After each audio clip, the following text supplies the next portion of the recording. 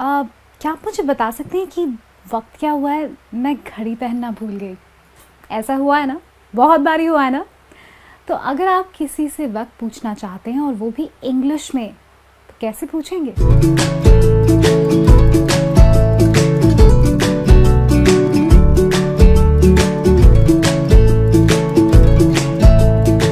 Hello and welcome फिर एक बार एक बहुत ही इंटरेस्टिंग लेसन में।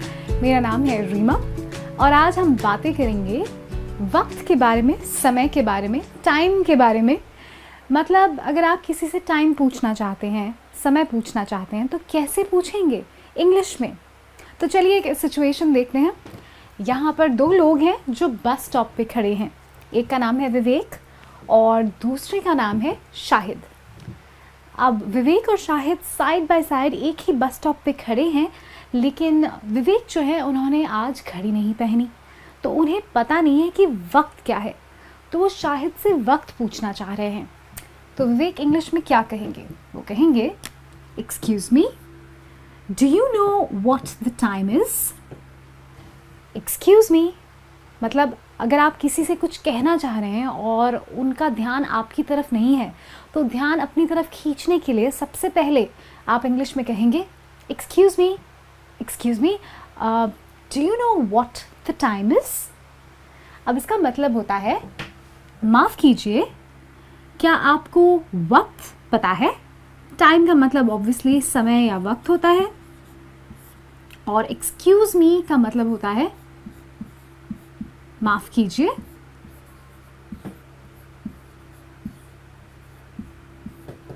तो बस विवेक कहते हैं, माफ कीजिए, क्या आपको वक्त पता है? और इसी बात को वो इंग्लिश में कहते हैं। अब ध्यान से सुनिए क्योंकि ये आपको प्रैक्टिस करना है। Excuse me, do you know what the time is? और शाहिद का जवाब है, क्योंकि ऑब्वियसली उन्होंने घड़ी पहन रखी है तो उनको समय पता है, तो शाहिद का जवाब है, इट इज़ 5:30 PM। अब PM का क्या मतलब होता है?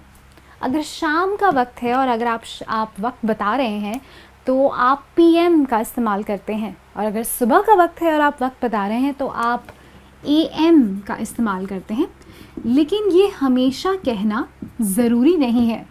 आप ये भी कह सकते हैं, इट इज़ 5:30, क्योंकि जो शाम को वक्त पूछ रहा होगा उसको तो ये पता ही होगा कि शाम ही है इस वक्त। तो बस शाहिद का जवाब है, इट इज़ 5:30, मतलब 5:30 बजे हैं, 5:30 हुए हैं। इसके बाद विवेक कहते हैं, oh no, I am late. अब ओ नो का मतलब होता है ओफो। आई एम लेट का मतलब होता है मुझे देर हो गई। लेट इस वर्ड का मतलब होता है देर होना।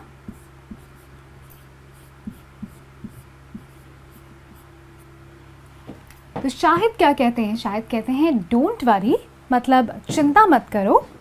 My watch is a few minutes fast. Don't worry यानी कि चिंता मत करो।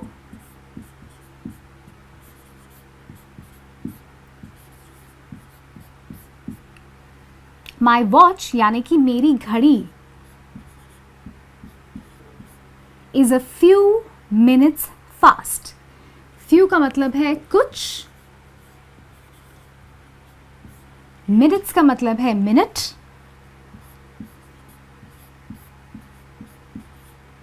और फास्ट का मतलब तेज। तो क्या मतलब हुआ इस बात का? चिंता मत कीजिए, मेरी घड़ी कुछ मिनट तेज चल रही है। मतलब जो वक्त मैंने आपको बताया वो एग्जैक्ट टाइम या परफेक्ट टाइम नहीं था। अब ये सुनकर विवेक को बहुत अच्छा लग रहा है, क्योंकि उन्हें तो लगा था कि बस उनको देर हो गई, उनकी बस तो आज गई। तो विवेक कहते हैं, great, which means I can still catch the bus. Great मतलब अच्छी बात है,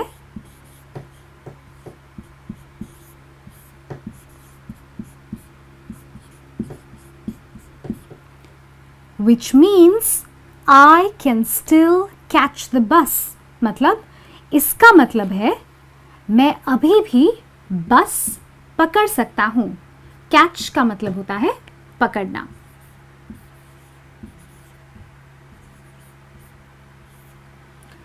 तो बस ये जानकर कि शाहिद की घड़ी थोड़ी सी फास्ट, थोड़ी सी तेज़ चल रही है, विवेक खुश हो गए हैं और वो कह रहे हैं अच्छी बात है, इसका मतलब है अभी भी बस पकड़ सकता हूँ।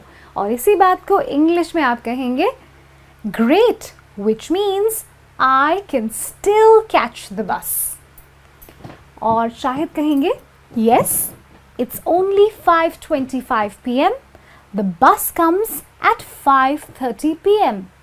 इसका मतलब है हाँ, अभी सिर्फ 5:25 यानी कि 5:25 हुए हैं और बस 5:30 यानी कि 5:30 बजे आती है।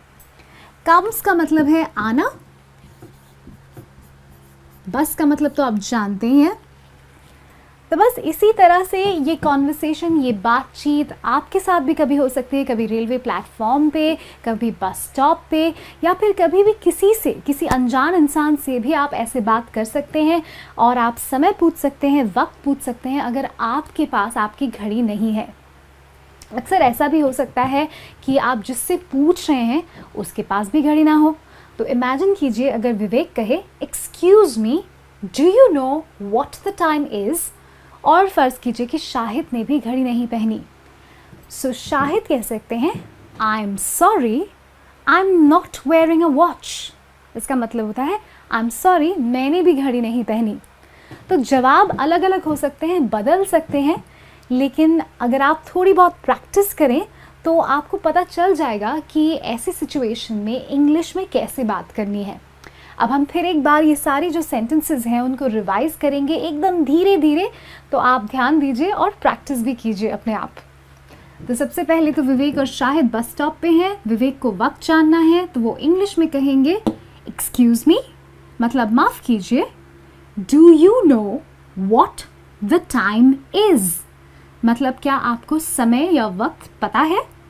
और शाहिद का जवाब है इट इज़ 5:30 PM।